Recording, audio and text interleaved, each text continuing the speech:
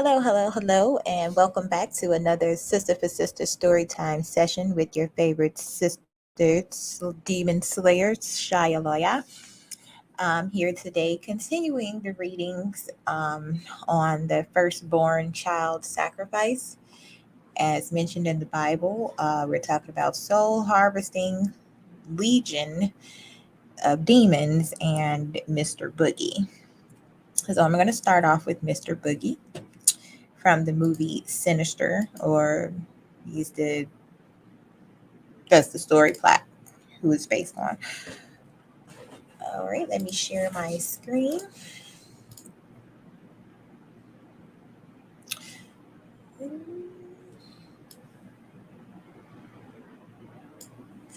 Okay, so the name is the Ghoul. It's a symbol associated with the worship of a pagan deity, a very obscure one dating back to Babylonian times, named Ghoul, the eater of children. The crimes that you're dealing with, they all have the element of a missing child, correct? Well, Bagul eats children. Now, the fragments of stories that have survived, they all revolve around him needing the souls of human children to survive. Now, each story involves a different way that he lures or tricks these children away from the physical world and traps them in his own netherworld, and he consumes their souls over time. Now, any worship of this deity would include a blood sacrifice or the wholesale eating of a child. Professor Jonas describing Bagul. So he is also known as Bugul and Mr. Boogie. It's the main antagonist of the 2012 horror film Sinister and its 2015 sequel Sinister 2. He is an ancient Babylonian pagan deity who consumes the souls of human children. He possesses a realm of his own and can travel into the mortal world via images of himself. He was portrayed by Nicholas King. Bagul was the Babylonian brother of Moloch, a Canaanite deity who relished in child sacrifice. He dwelt in the netherworld, which could be accessed through images according to early Christians. One day he copied Moloch's child sacrifice customs and took children in the night to consume their souls. Infuriated by the religious plagiarism, Moloch sewed Bagul's mouth shut. Ever since, he became a fearsome entity that would influence children to kill their families in many grotesque ways before transporting them to the netherworld. There he would slowly consume their souls. However, he would punish any child that fails to kill their family by quickly disintegrating them, as seen in Sinister 2.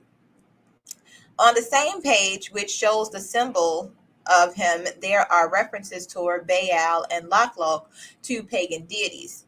Baal was venerated by the Shemitic Levantine people and is viewed as a demon in Judaism and Christianity. Lachloch was considered to be a benevolent fertility god in Aztec mythology, but required the sacrifice of children and their hearts in return for rain and crops.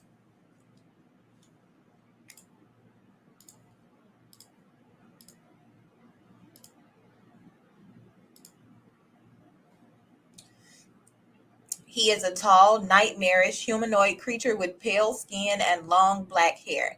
His most distinctive features are his lack of eyes and mouth. It is explained that his mouth was forcibly sewn by his brother Moloch in retaliation for him mimicking his sacrificial rituals.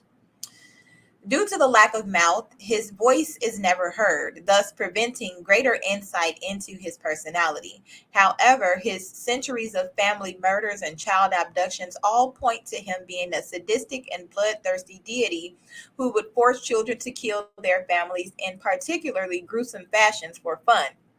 Nonetheless, he is only appeased and properly worshipped once he kidnaps his child accomplices into his netherworld and slowly consumes their souls.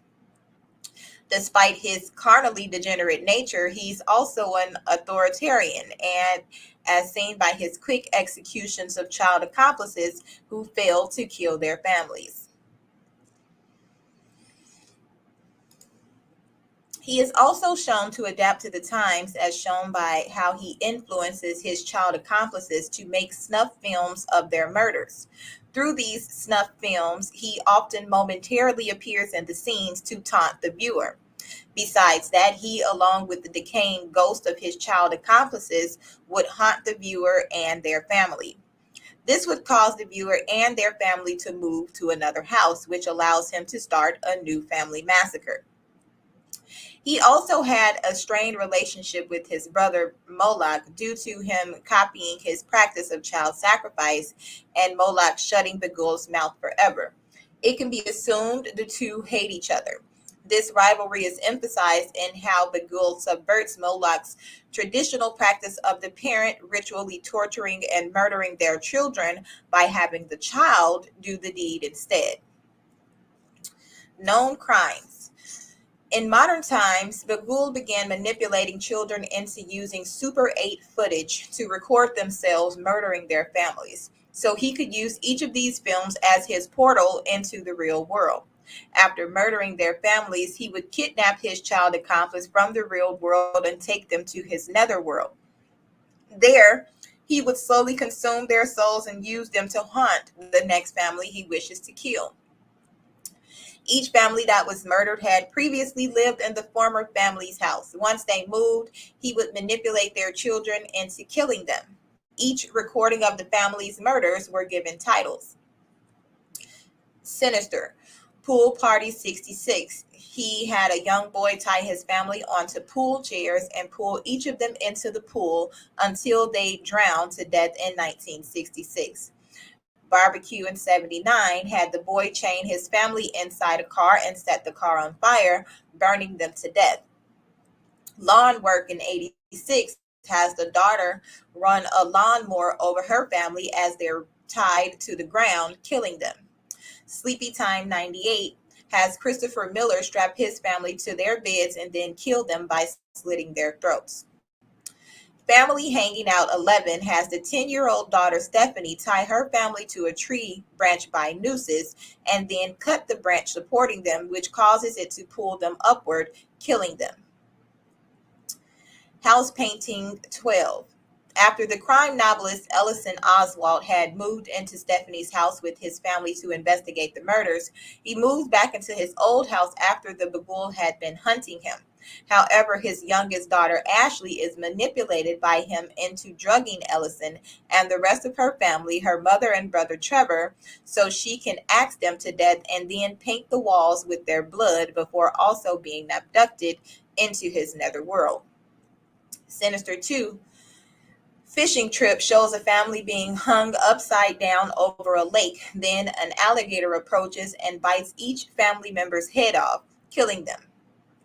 Christmas Morning shows a family is in their pajamas and tied up in Christmas lights. A girl named Emma shovels snow on top of each family member until they freeze to death. Kitchen Remodel shows a family with their arms tied to the ceiling. A boy named Peter floods the room with water. Then he takes an electric cable and he throws it on the floor to electrocute his family to death. Sunday Service shows a Catholic family being nailed to the floor of a church. The family is in the shape of a pentagram. A boy named Milo puts rats on each family member's stomach. Then he places the rats inside metal tins before placing hot coals on top of them. The rats eat through the family's stomachs to escape the heat. The rats then escape and run away, leaving the family to bleed to death. A Trip to the Dentist shows a family tied to chairs in a dentist's office. The family has retractors on their cheeks to keep their mouths wide open. A girl named Catherine takes a huge drill and drills her family members' teeth and the roof of their mouth until the drill goes through their heads, killing them.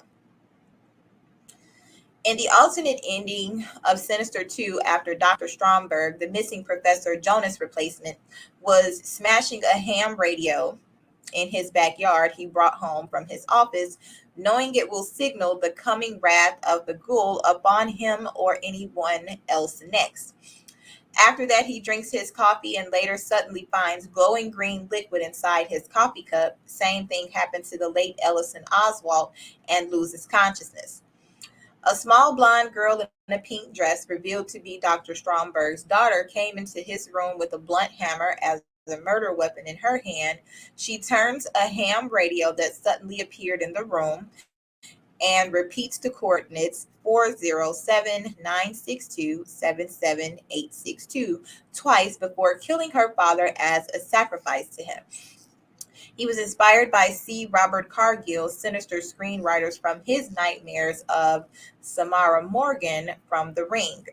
He has many visual similarities with Mick Thompson from the rock band Slipknot. Very, very interesting. Now I want to read about the gray aliens and the harvesting of souls. So this is from a book by Nigel Kerner. Let me share my screen.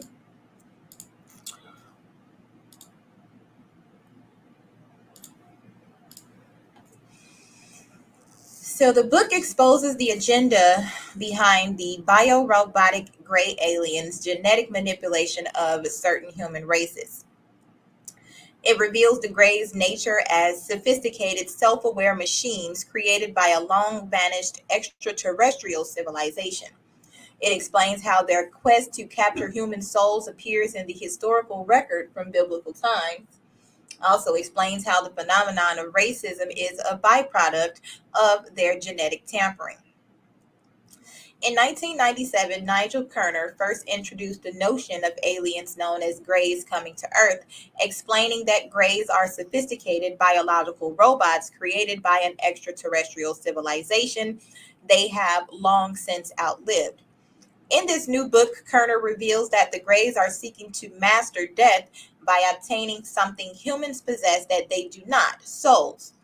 Through the manipulation of human DNA, these aliens hope to create their own souls and thereby escape the entropic grip of the material universe in favor of the timeless realm of spirit.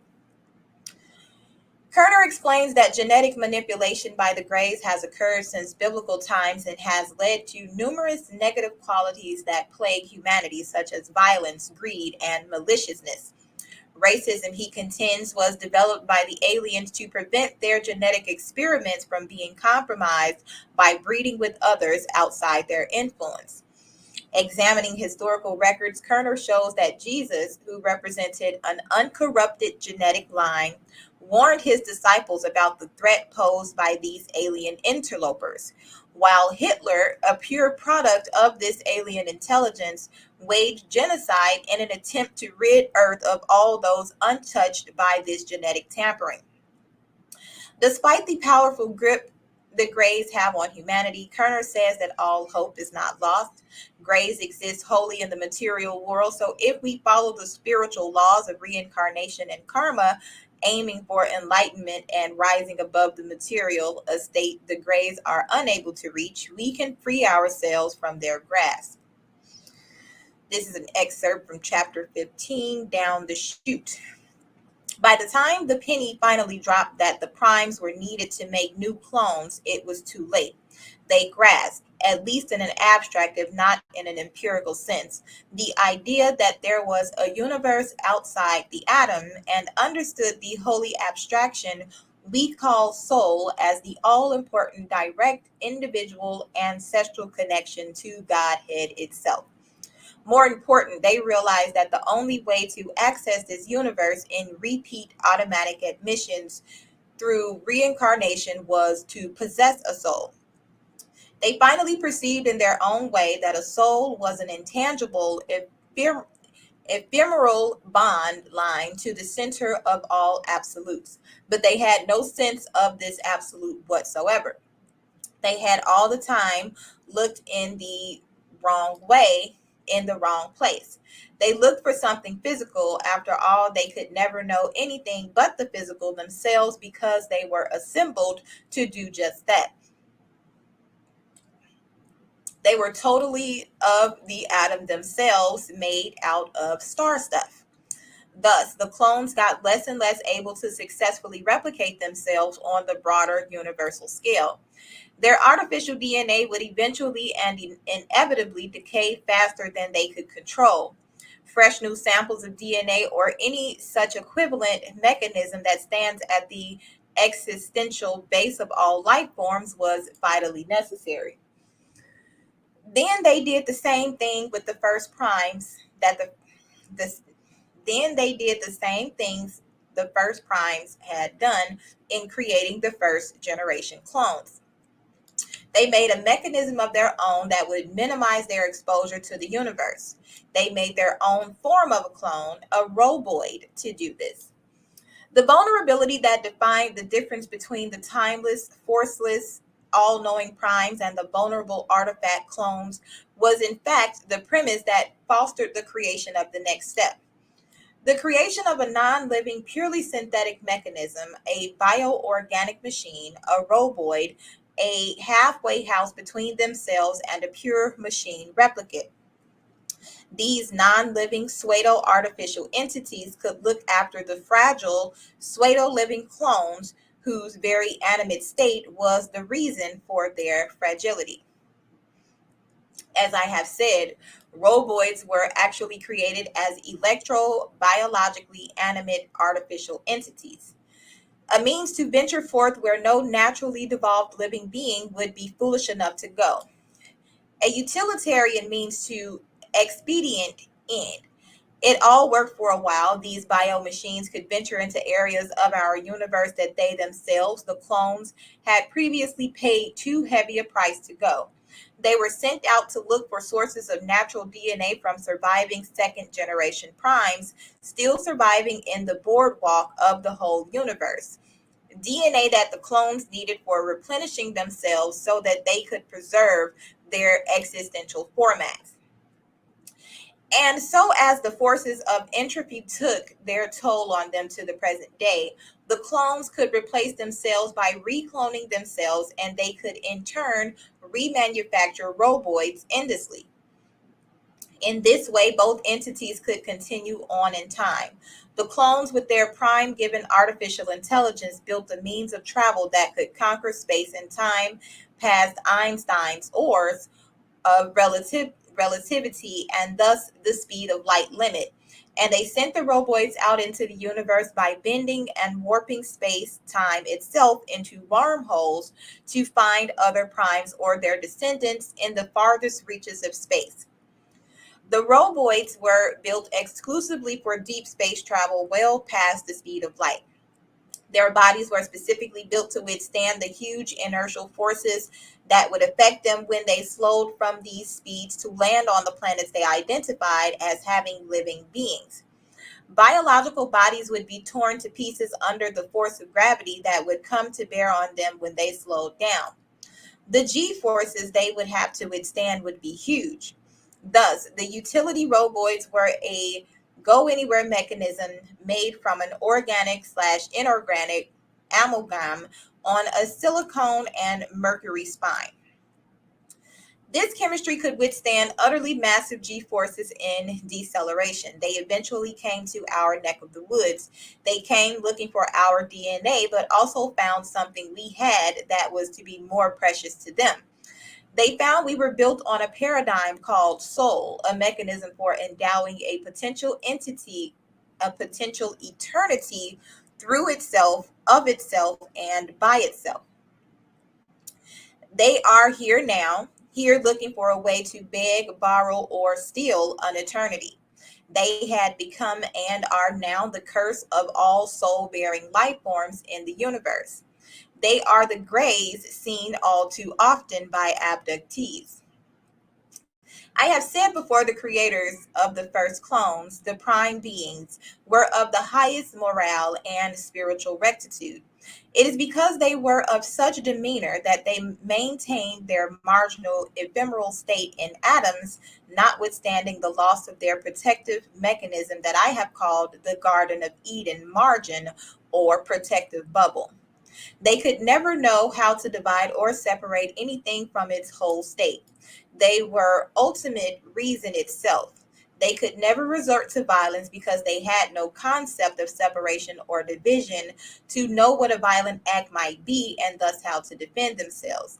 They didn't defend themselves when the crunch came, wherever it might have come in the universe, and they were confronted with the ways of the universe of parts. They were not capable of negative, subtractive, point separating modalities and momentums of thought. Not so the clones and their creation, the roboids. Their corruption was more pervasive, as in their makeup was included the separation paradigm of the physical non living universe, as they had been exposed to it at its worst levels. If there was a way that surviving primes could be infected with this paradigm through the ages or the machinations of their roboid creations, then I think this is where evil entered us. I believe that evil comes from their behest and their behest alone. If this is true, then how did it all come to be? The human skeleton is an ideal aerial for transmitting and receiving the radio wavelength equivalent of the pre-electromagnetic spectrum or thought. Each individual has a unique quote unquote carrier wave pattern to which signals are added according to intention, action, and result. The aerial is flexible and movement at the joints provides various alignments that channel the signals and thereby alter the efficiency of transmission and reception. I don't believe an apple was literally used to tempt the primes, but it is a curious fact and perhaps a clue that magnetic force fields are in fact shaped exactly like an apple.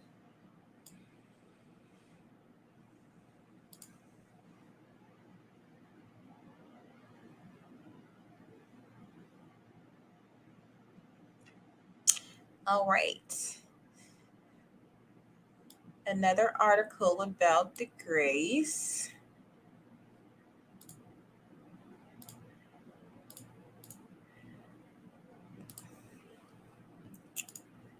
This is villains.fandom.com.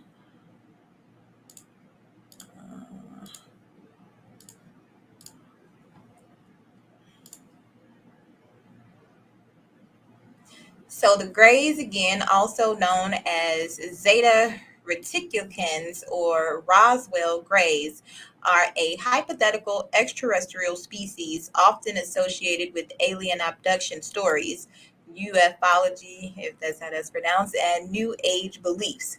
Although such beings would normally not be considered villainous, the Greys do deserve some notice for the fact that many encounters with these supposed creatures are said to be hostile, though some are more peaceful or neutral in nature. Greys are generally believed to be untrustworthy and dangerous, with stories involving attempts to crossbreed with humanity or working in alliance with reptoids, another supposed alien species that is almost universally described as malevolent in regards to humanity.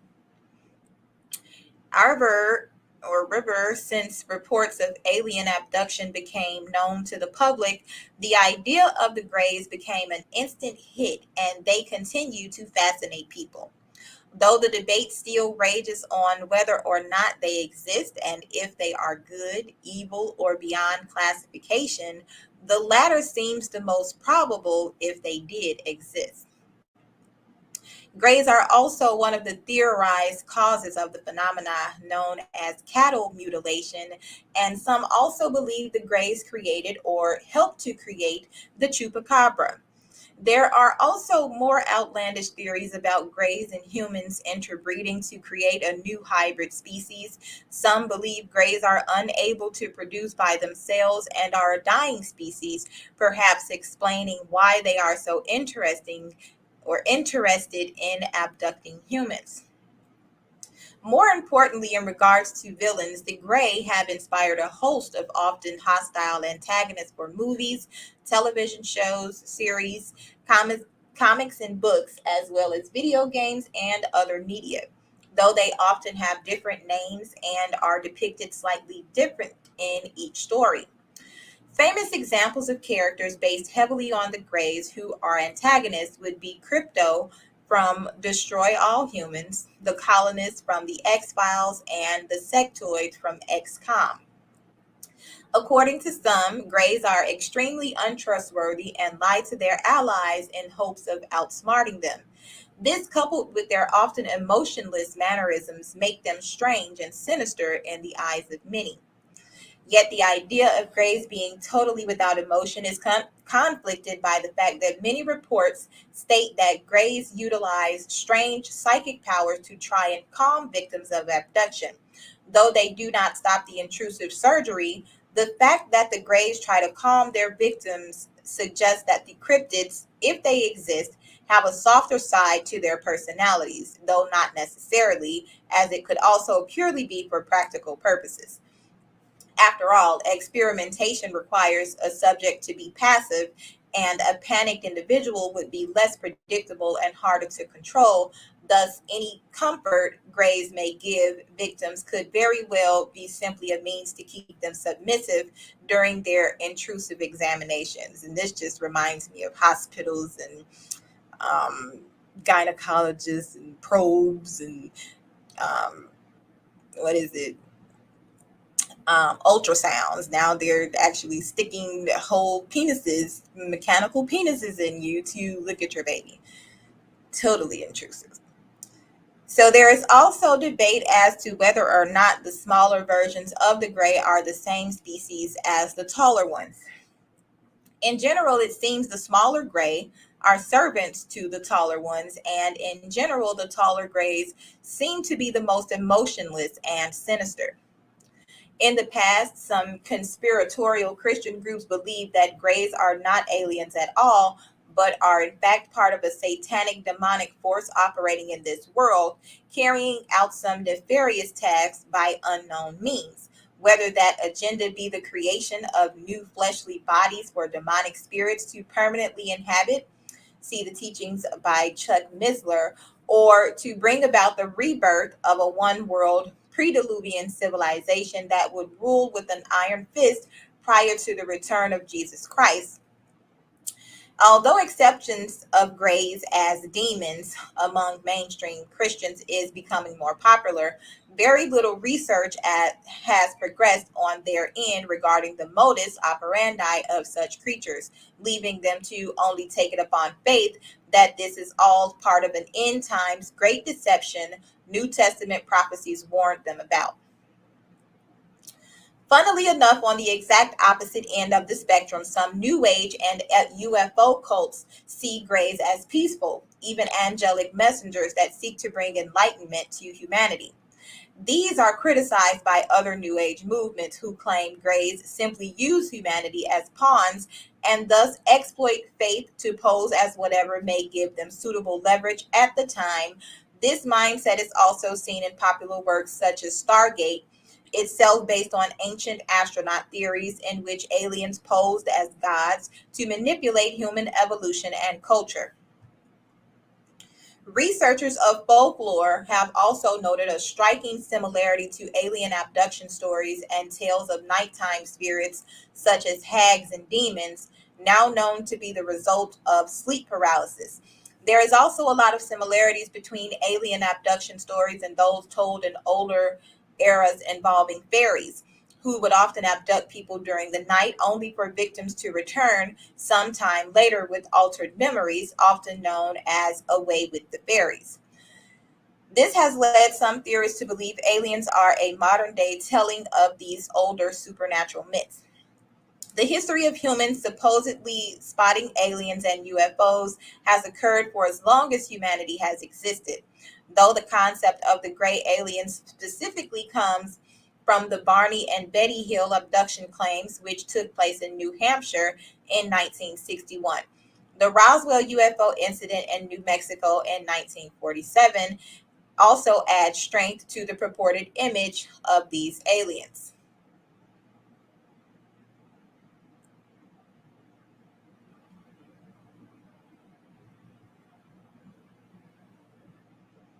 Something about big bald head people that I don't like. Okay. All right, now back to the book, The Golden Bow.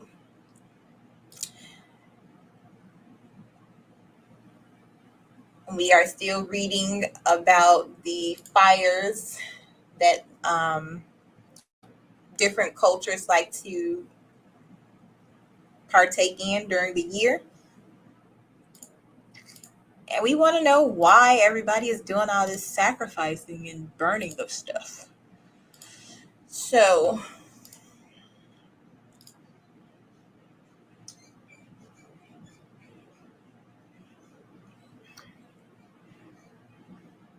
come on. This again is the Golden Bow. You can find the book in the description.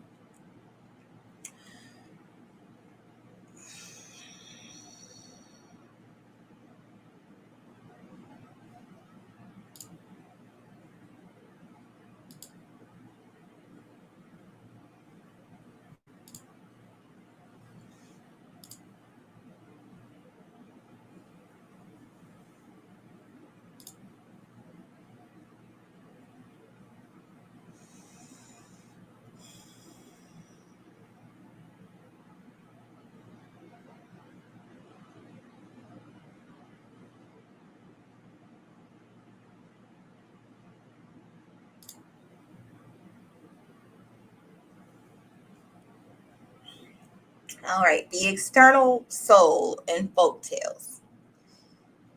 In a former part of this work, we saw that, in the opinion of primitive people, the soul may temporarily be absent itself from the body without causing death. Such temporary absences of the soul are often believed to involve considerable risk, since the wandering soul is liable to a variety of mishaps at the hands of enemies and so forth. But there is another aspect to this power of disengaging the soul from the body. If only the safety of the soul can be ensured during its absence, there is no reason why the soul should not continue absent for an indefinite time. Indeed, a man may, on a pure calculation of personal safety, desire that his soul should never return to his body. Unable to conceive of life abstractly as a permanent possibility of sensation or a continuous adjustment of internal arrangements to external relations, the savage thinks of it as a concrete material thing of a definite bulk, capable of being seen and handled, kept in a box or jar, and liable to be bruised, fractured, or smashed in pieces. It is not needful that the life so conceived should be in the man. It may be absent from his body and still continue to animate him by virtue of a sort of sympathy or action at a distance. This reminds me of the Pirates of the Caribbean, where the man put his heart in a jar. So long as this object, which he calls his life or soul, remains unharmed, the man is well. If it is injured, he suffers. If it is destroyed, he dies. Or to put it otherwise, when a man is ill or dies, the fact is explained by saying that the material object called his life or soul, whether it be in his body or out of it, has either sustained injury or been destroyed. But there may be circumstances in which, if the life or soul remains in the man, it stands a greater chance of sustaining injury than if it were stowed away in some safe and secret place. Accordingly, in such circumstances, primitive man takes his soul out of his body and deposits it for security in some snug pot, intending to replace it in his body when the danger is past. Or if he should discover some place of absolute security, he may be content to leave his soul there permanently. The advantage of this is that, so long as the soul remains unharmed in the place where he has deposited it, the man himself is immortal. Nothing can kill his body, since his life is not in it. Evidence of this primitive belief is furnished by a class of folk tales, of which the Norse story of the giant who had no heart in his body is perhaps the best known example. Stories of this kind widely diffused over the world, and from their number and the variety of incident and of details in which the leading idea is embodied, we may infer that the conception of an external soul is one which has had a powerful hold on the minds of men at an early stage of history. For folk tales are a faithful reflection of the world as it appeared to the primitive mind, and we may be sure that any idea which commonly occurs in them, however absurd it may seem to us, must once have been an ordinary article of belief.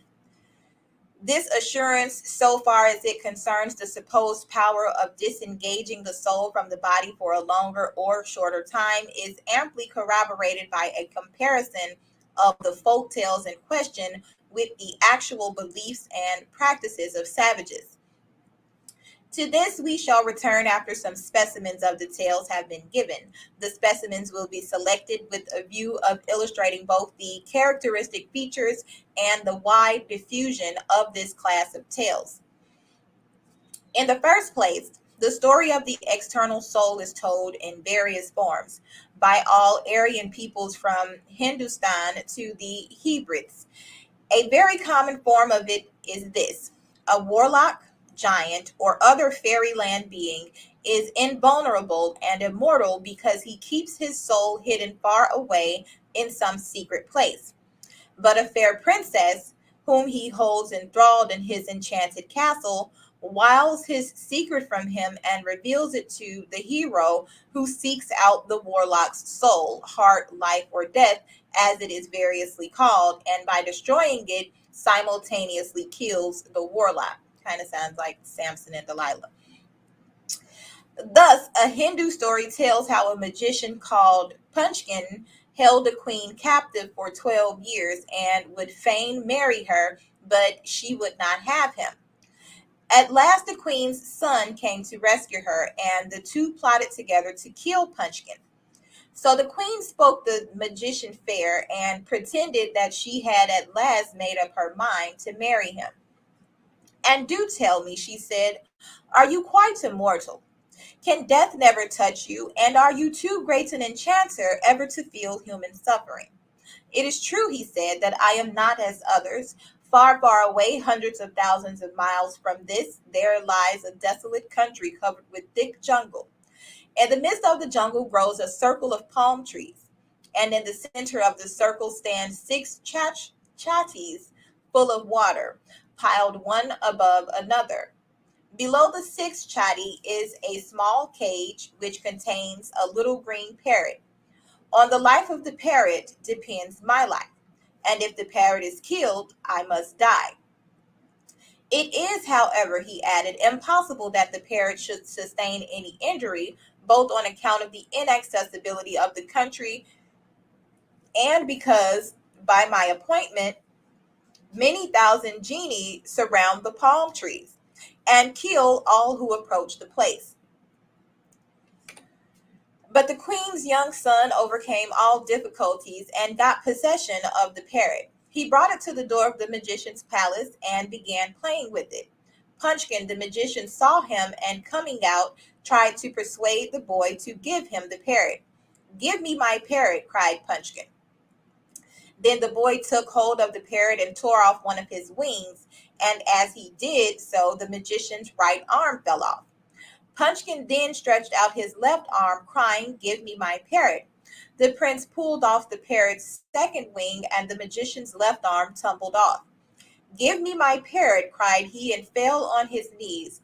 The prince pulled off the parrot's right leg. The magician's right leg fell off. The prince pulled off the parrot's left leg. Down fell the magician's left. Nothing remained of him except the trunk and the head. But still he rolled his eyes and cried, "Give me my parrot." "Take your parrot then," cried the boy, and with that he wrung the bird's neck and threw it at the magician.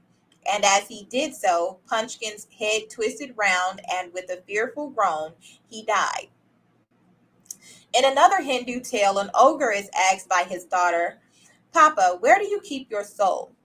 16 miles away from this place," he said, "is a tree. Round the tree are tigers and bears and scorpions and snakes. On the top of the tree is a very great fat snake. On his head is a little cage. In the cage is a bird, and my soul is in that bird.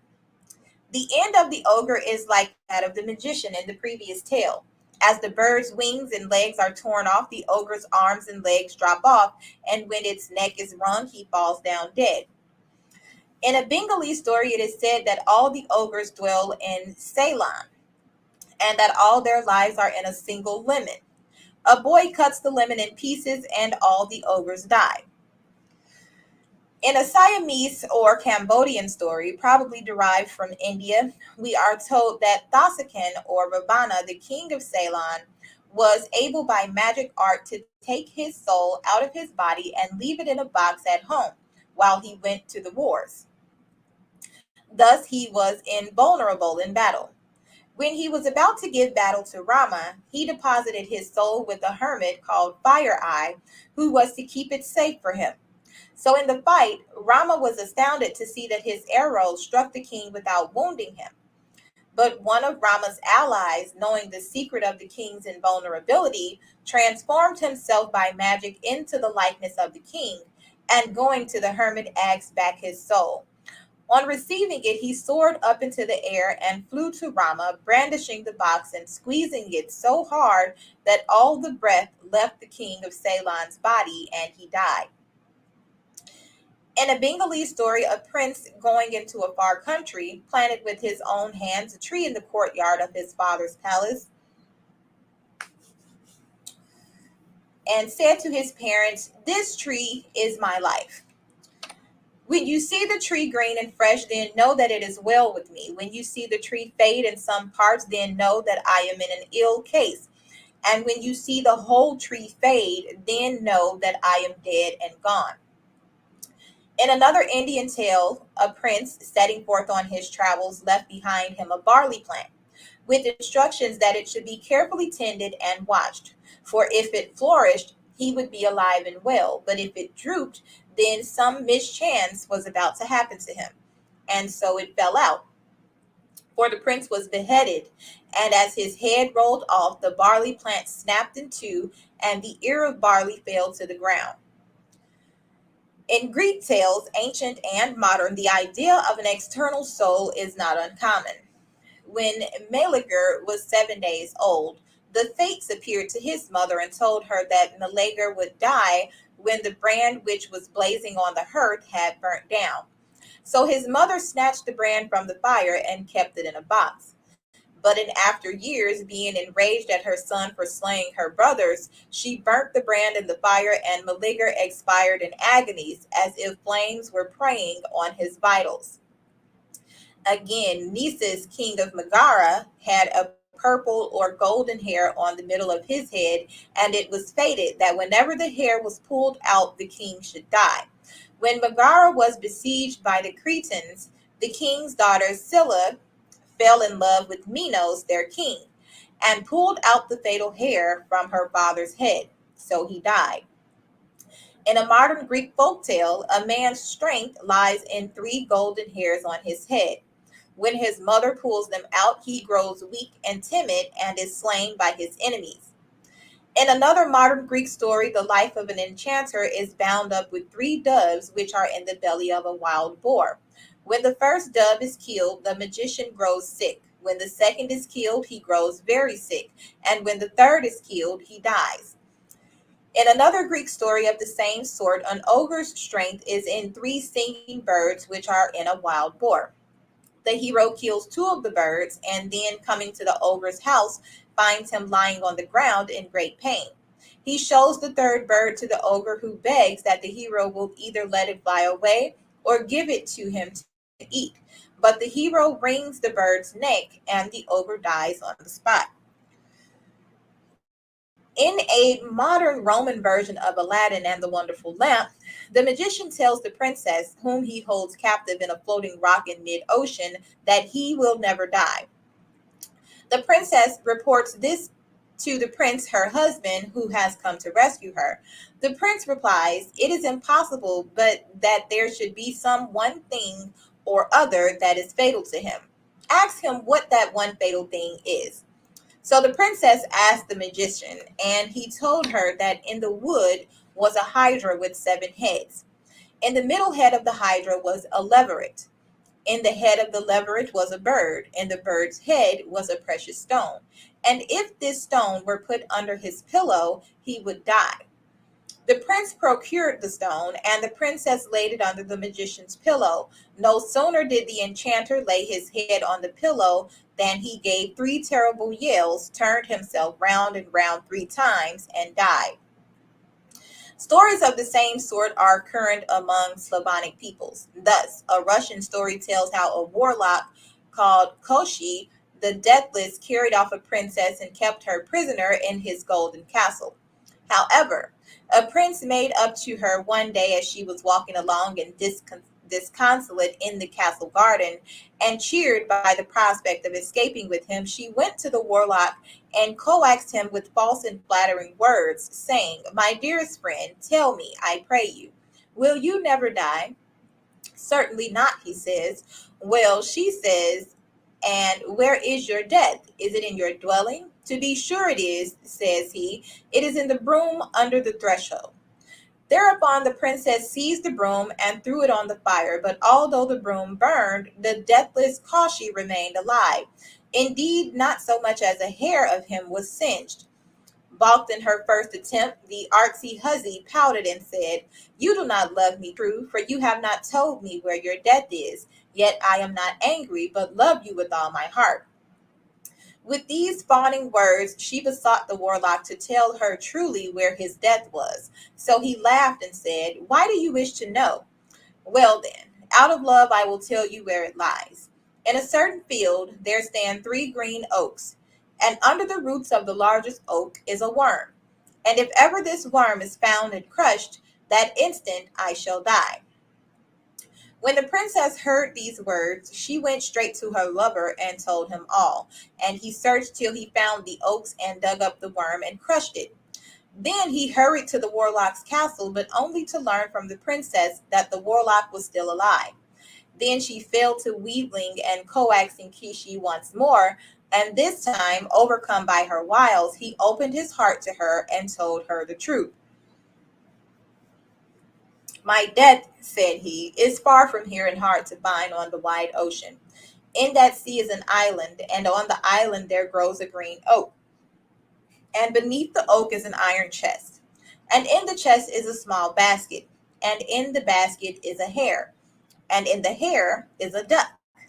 And in the duck is an egg. And he who finds the egg and breaks it kills me at the same time." The prince naturally procured the fatal egg, and with it in his hands, he confronted the deathless warlock.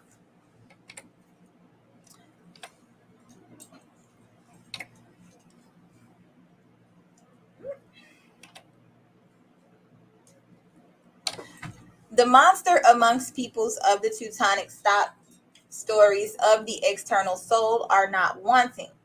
In a tale told by the Saxons of Transylvania, it is said that a young man shot at a witch again and again. The bullets went clean through her, but did her no harm, and she only laughed and mocked at him. "Silly earthworm," she cried, "shoot as much as you like, it does me no harm. For know that my life resides not in me, but far, far away. In a mountain is a pond. On the pond swims a duck. In the duck is an egg. In the egg burns a light. That light is my life. If you could put out that light, my life would be at an end. But that can never, never be." However, the young man got hold of the egg, smashed it, and put out the light, and with it the witch's life went out also. In a German story, a cannibal called Body Without Soul or Soulless keeps his soul in a box which stands on a rock in the middle of the Red Sea. A soldier gets possession of the box and goes with it to Soulless, who begs the soldier to give him back his soul. But the soldier opens the box, takes out the soul, and flings it backward over his head. At the same moment, the cannibal drops dead to the ground.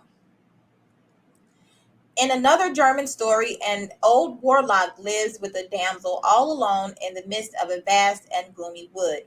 She fears that being old, he may die and leave her alone in the forest. But he reassures her.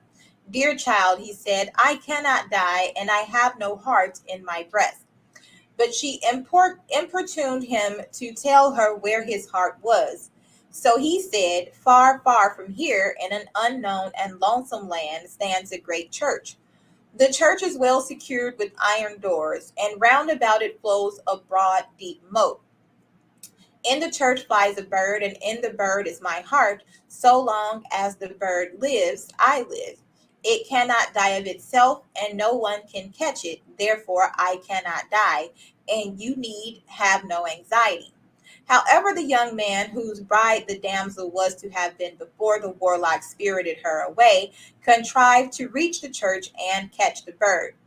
He brought it to the damsel, who stowed him and it away under the warlock's bed. Soon the old warlock came home. He was ailing and said so. The girl wept and said, Alas, Daddy is dying. He has a heart in his breast after all. Child, replied the warlock, hold your tongue. I can't die. It will soon pass over. At that, the young man under the bed gave the bird a gentle squeeze, and as he did so, the old warlock felt very unwell and sat down. Then the young man gripped the bird tighter, and the warlock fell senseless from his chair. Now squeeze him dead, cried the damsel. Her lover obeyed, and when the bird was dead, the old warlock also lay dead on the floor. Yeah, a lot of wicked children. In the Norse tale of the giant who had no heart in his body, the giant tells the captive princess, far, far away in a lake lies an island. On that island stands a church. In that church is a well. In that well swims a duck. In that duck there is an egg, and in that egg there lies my heart. The hero of the tale, with the help of some animals to whom he had been kind, obtains the egg and squeezes it, at which the giant screams piteously and begs for his life. But the hero breaks the egg in pieces, and the giant at once bursts.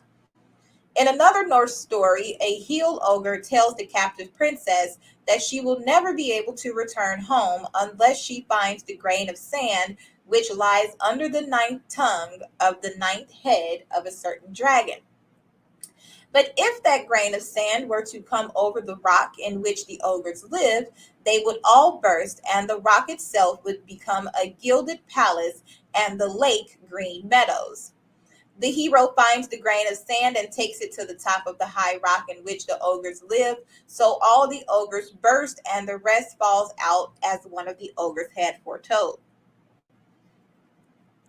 In a Celtic tale recorded in the West Highlands of Scotland, a giant is questioned by a captive queen as to where he keeps his soul. At last, after deceiving her several times, he confides to her the fatal secret. There is a great flagstone under the threshold. There is a wether under the flag. There is a duck in the wether's belly and an egg in the belly of the duck, and it is in the egg that my soul is. On the morrow, when the giant was gone, the queen contrived to get possession of the egg and crushed it in her hands, and at that very moment the giant, who was coming home in the dusk, fell down dead. In another Celtic tale, a sea beast has carried off a king's daughter, and an old smith declares that there is no way of killing the beast but one. In the island that is in the midst of the loch is Elid Shaspion, the white-footed hind of the slenderest legs and the swiftest step. And though she should be caught, there would spring a hoodie out of her. And though the hoodie should be caught, there would spring a trout out of her. But there is an egg in the mouth of the trout, and the soul of the beast is in the egg. And if the egg breaks, the beast is dead. As usual, the egg is broken and the beast dies. In an Irish story, we read how a giant kept a beautiful damsel a prisoner in his castle on the top of a hill,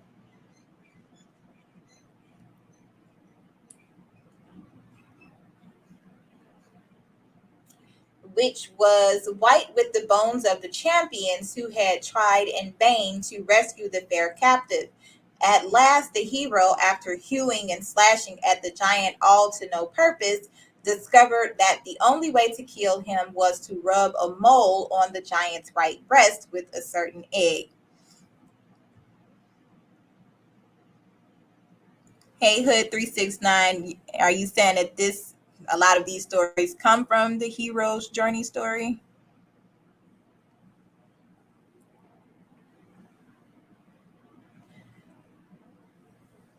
At last, the hero, after hewing and slashing at the giant all to no purpose, discovered that the only way to kill him was to robe a mole on the giant's right breast with a certain egg, which was in a duck, which was in a chest, which lay locked and bound at the bottom of the sea. With the help of some obliging animals, the hero made himself master of the precious egg and slew the giant by merely striking it against the mole on his right breast. Similarly, in a Britain story, there figures a giant whom neither fire nor water nor steel can harm.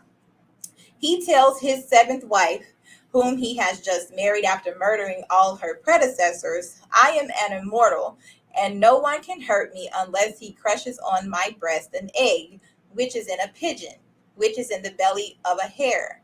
This hare is in the belly of a wolf, and this wolf is in the belly of my brother, who dwells 1,000 leagues from here. So I am quite easy on that score.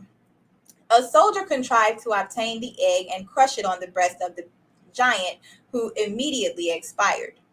In another Britain tale, the life of a giant resides in an old box tree which grows in his castle garden, and to kill him it is necessary to sever the tap root of the tree at a single blow of an axe without injuring any of the lesser roots. This task the hero, as usual, successfully accomplishes, and at the same moment the giant drops dead. The notion of an external soul has now been traced in folk tales told by Aryan peoples from India to Ireland. We have still to show that the same idea occurs commonly in the popular stories of peoples who do not belong to the Aryan stock. In the Egyptian tale of the two brothers, which was written down in the reign of Ramses II about 1300 BC, we read how one of the brothers enchanted his heart and placed it in the flower of an acacia tree, and how when the flower was cut at the instigation of his wife, he immediately fell down dead, but revived when his brother found the lost heart in the berry of the acacia and threw it into a cup of fresh water. In the story of Saiful Muluk in the Arabian Nights, the genie tells the captive daughter of the king of India, when I was born, the astrologers declared that the destruction of my soul would be effected by the hand of one of the sons of the human kings. I therefore took my soul and put it into the crop of a sparrow, and I imprisoned the sparrow in a little box, and put this into another small box, and this I put within 7 other small boxes, and I put these within 7 chests, and the chest I put into a coffer of marble within the verge of the circumambient ocean, for this part is remote from the countries of mankind, and none of mankind can gain access to it. There was a part in the TV show Lucifer where someone had stolen his box of dolls. It was like the dolls from Sesame Street, the ones that the little one and the bigger one. That's what this reminds me of. But Saif El Muluk got possession of the sparrow and strangled it, and the genie fell upon the ground, a heap of black ashes. In a cable story of Ogre declares that his fate is far away in an egg, which is in a pigeon, which is in a camel, which is in the sea. The hero procures the egg and crushes it between his hands, and the ogre dies. In a Magyar folktale, an old witch detains a young prince called Ambrose in the bowels of the earth. At last she confided to him that she kept a wild boar in a silken meadow, and if it were killed, they would find a hare inside, and inside the hare a pigeon, and inside the pigeon a small box, and inside the box one black and one shining beetle. The shining beetle held her life, and the black one held her power. If these two beetles died,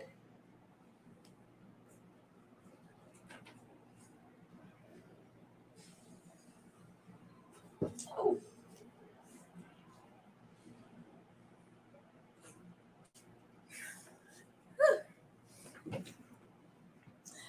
then her life would come to an end also. When the old hag went out, Ambrose killed the wild boar and took out the hare. From the hare he took the pigeon, from the pigeon the box, and from the box the two beetles. He killed the black beetle, but kept the shining one alive. So the witch's power left her immediately, and when she came home, she had to take to her bed. Having learned from her how to escape from his prison to the upper air, Ambrose killed the shining beetle, and the old hag's spirit left her at once. In a Kalmuck tale, we read how a certain Khan challenged a wise man to show his skill by stealing a precious stone on which the Khan's life depended. The sage contrived to purloin the talisman while the Khan and his guards slept, but not content with this, he gave a further proof of his dexterity by bonneting the slumbering potentate with a bladder. This was too much for the Khan. Next morning, he informed the sage that he could overlook everything else, but that the indignity of being bonneted with a bladder was more than he could bear, and he ordered his facetious friend to instant execution. Pained at this exhibition of royal ingratitude, the sage dashed to the ground the talisman which he still held in his hand, and at the same instant blood flowed from the nostrils of the Khan, and he gave up the ghost. In a Tartar poem, two heroes named Akmolat and Bulat engage in mortal combat. Akmolat pierces his foe through and through with an arrow, grapples with him, and dashes him to the ground, but all in vain. Bulat could not die. At last, when the combat has lasted 3 years, a friend of Akmolat sees a golden casket hanging by a white thread from the sky, and bethinks him that perhaps this casket contains Bulat's soul. So he shot through the white thread with an arrow, and down fell the casket. He opened it, and in the casket sat 10 white birds, and one of the birds was Bulat's soul. Bulat wept when he saw that his soul was found in the casket, but one after the other the birds were killed, and then Akmalat easily slew his foe. In another Tartar poem, two brothers going to fight two other brothers take out their souls and hide them in the form of a white herb with 6 stalks in a deep pit. But one of their foes sees them doing so and digs up their souls, which he puts into a golden ram's horn, and then sticks the ram's horn in his quiver. The two warriors whose souls have thus been stolen know that they have no chance of victory, and accordingly make peace with their enemies. In another Tartar poem, a terrible demon sets all the gods and heroes at defiance. At last, a valiant youth fights the demon, binds him hand and foot, and slices him with his sword. But still the demon is not slain. So the youth asks him, "Tell me, where is your soul hidden? For if your soul had been hidden in your body, you must have been dead long ago." The demon replied, "On the saddle of my horse is a bag. In the bag is a serpent with 12 heads. In the serpent is my soul. When you have killed the serpent, you have killed me also." So the youth took the saddlebag from the horse and killed the 12-headed serpent, whereupon the demon expired. In another Tartar poem, a hero called Kok Khan deposits with a maiden a golden ring, in which is half his strength. Afterwards, when Kok Khan is wrestling long with the hero and cannot kill him, a woman drops into his mouth the ring which contains half his strength. Thus, inspired with fresh force, he slays his enemy. In a Mongolian story, the hero Joro gets the better of his enemy, the Lama Shoradong, in the following way. The Lama, who is an enchanter, sends out his soul in the form of a wasp to sting Joro's eyes. But Joro catches the wasp in his hand, and by alternately shutting and opening his hand, he causes the Lama alternately to lose and recover consciousness. In a Tartar poem, two youths cut openly the body of an old witch and tear out her bowels, but all to no purpose, she still lives. On being asked where her soul is, she answers that it is in the middle of her shoe sole in the form of a seven-headed speckled snake. So one of the youths slices her shoe sole with his sword, takes out the speckled snake, and cuts off its 7 heads. Then the witch dies. Another Tartar poem describes how the hero Kacharga grappled with the swan woman. Long they wrestled, moons waxed and waned, and still they wrestled. Years came and went, and still the struggle went on. But the piebald horse and the black horse knew that the swan woman's soul was not in her. Under the black earth flow 9 seas, where the seas meet and form one. The sea comes to the surface of the earth. At the mouth of the 9 seas rises a rock of copper. It rises to the surface of the ground. It rises up between heaven and earth, this rock of copper. At the foot of the copper rock is a black chest. In the black chest is a golden casket, and in the golden casket is the soul of the swan woman. 7 little birds are the soul of the swan woman. If the birds are killed, the swan woman will die straightway. So the horses ran to the foot of the copper rock, opened the black chest, and brought back the golden casket. Then the piebald horse turned himself into a bald-headed man, opened the golden casket, and cut off the heads of the 7 birds. So the swan woman died. In another Tartar poem, the hero, pursuing his sister who has driven away his castle, is warned to desist from the pursuit because his sister has carried away his soul in a golden sword and a golden arrow, and if he pursues her, she will kill him by throwing the golden sword or shooting the golden arrow at him. A Malay poem relates how once upon a time in the city of Indrapura, there was a certain merchant who was rich and prosperous, but he had no children. One day, as he walked with his wife by the river, they found a baby girl, fair as an angel. So they adopted the child and called her Bidasari. The merchant caused a golden fish to be made, and into this fish he transferred the soul of his adopted daughter. Then he put the golden fish in a golden box full of water and hid it in a pond in the midst of his garden. In time, the girl grew to be a lovely woman. Now the king of Indrapura had a fair young queen who lived in fear that the king might take to himself a second wife. So hearing of the charms of Bidasari, the queen resolved to put her out of the way. She lured the girl to the palace and tortured her cruelly. But Bidasari could not die because her soul was not in her. At last she could stand the torture no longer and said to the queen, "If you wish me to die, you must bring the box which is in the pond in my father's garden." So the box was brought and opened, and there was the golden fish in the water. The girl said, "My soul is in that fish. In the morning you must take the fish out of the water, and in the evening you must put it back into the water. Do not let the fish lie about, but bind it round your neck. If you do this, I shall soon die." So the queen took the fish out of the box and fastened it round her neck, and no sooner had she done so than Bidasari fell into a swoon. But in the evening, when the fish was put back into the water, Bidasari came to herself again. Seeing that she thus had the girl in her power, the queen sent her home to her adopted parents. To save her from further persecution, her parents resolved to remove their daughter from the city. So in a lonely and desolate spot, they built a house and brought Bidasari thither. There she dwelt alone, undergoing vicissitudes that corresponded with the vicissitudes of the golden fish in which was her soul.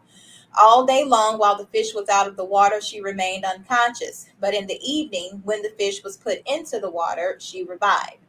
One day the king was out hunting, and coming to the house where Bidasari lay unconscious, was smitten with her beauty. He tried to waken her, but in vain. Next day, towards evening, he repeated his visit, but still found her unconscious. However, when darkness fell, she came to herself and told the king the secret of her life. So the king returned to the palace, took the fish from the queen, and put it in water. Immediately, Bidasari revived, and the king took her to wife. Another story of an external soul comes from Nias, an island to the west of Sumatra. Once upon a time, a chief was captured by his enemies, who tried to put him to death, but failed. Water would not drown him, nor fire burn him, nor steel pierce him. At last his wife revealed the secret. On his head he had a hair as hard as a copper wire. And with this wire his life was bound up. So the hair was plucked out, and with it his spirit fled. A West African story from southern Nigeria relates how a king kept his soul in a little brown bird which perched on a tall tree beside the gate of the palace. The king's life was so bound up with that of the bird that whoever should kill the bird would simultaneously kill the king and succeed to the kingdom. The secret was betrayed by the queen to her lover, who shot the bird with an arrow and thereby slew the king and ascended the vacant throne. A tale told by the Baranga of South Africa sets forth how the lives of a whole family were contained in one cat. When a girl of the family named Titishan married a husband, she begged her parents to let her take the precious cat with her to her new home. But they refused, saying, "You know that our life is attached to it," and they offered to give her an antelope or even an elephant instead of it. But nothing would satisfy her but the cat. So at last she carried it off with her and shut it up in a place where nobody saw it. Even her husband knew nothing about it. One day, when she went to work in the fields, the cat escaped from the place of concealment, entered the hut, put on the warlike trappings of the husband, and danced and sang. Some children, attracted by the noise, discovered the cat at its antics, and when they expressed their astonishment, the animal only capered the more and insulted them besides. So they went to the owner and said, "There is somebody dancing in your house, and he insulted us." "Hold your tongues," said he. "I'll soon put a stop to your lies." So he went and hid behind the door and peeped in, and there, sure enough, was the cat prancing about and singing. He fired at it, and the animal dropped down dead. At the same moment, his wife fell to the ground in the field where she was at work. Said she, "I have been killed at home." But she had strength enough left to ask her husband to go with her to her parents' village, taking with him the dead cat wrapped up in a mat. All her relatives assembled, and bitterly they reproached her for having insisted on taking the animal with her to her husband's village. As soon as the mat was unrolled and they saw the dead cat, they all fell down lifeless, one after the other. So the clan of the cat was destroyed, and the bereaved husband closed the gate of the village with a branch, and returned home and told his friends how in killing the cat he had killed the whole clan because their lives depended on the life of the cat. Ideas of the same sort meet us in stories told by the North American Indians. Thus, the Navajos tell of a certain mythical being called the maiden that becomes a bear, who learned the art of turning herself into a bear from the prairie wolf. She was a great warrior and quite invulnerable, for when she went to war, she took out her vital organs and hid them so that no one could kill her, and when the battle was over, she put the organs back in their places. The Kwakiutl Indians of British Columbia tell of an ogress who could not be killed because her life was in a hemlock branch. A brave boy met her in the woods, smashed her head with a stone, scattered her brains, broke her bones, and threw them into the water. Then, thinking he had disposed of the ogress, he went into her house. There he saw a woman rooted to the floor who warned him, saying, "Now do not stay long. I know that you have tried to kill the ogress. It is the fourth time that somebody has tried to kill her. She never dies. She has nearly come to life. There in that covered hemlock branch is her life. Go there, and as soon as you see her enter, shoot her life. Then she will be dead. Hardly had she finished speaking when sure enough in came the ogress, singing as she walked. But the boy shot at her life, and she fell dead to the floor. All right, and we're going to end it there. I will be back after a quick break. Hope you all enjoyed. Thanks again for listening. Don't forget to like, share, and subscribe. Peace.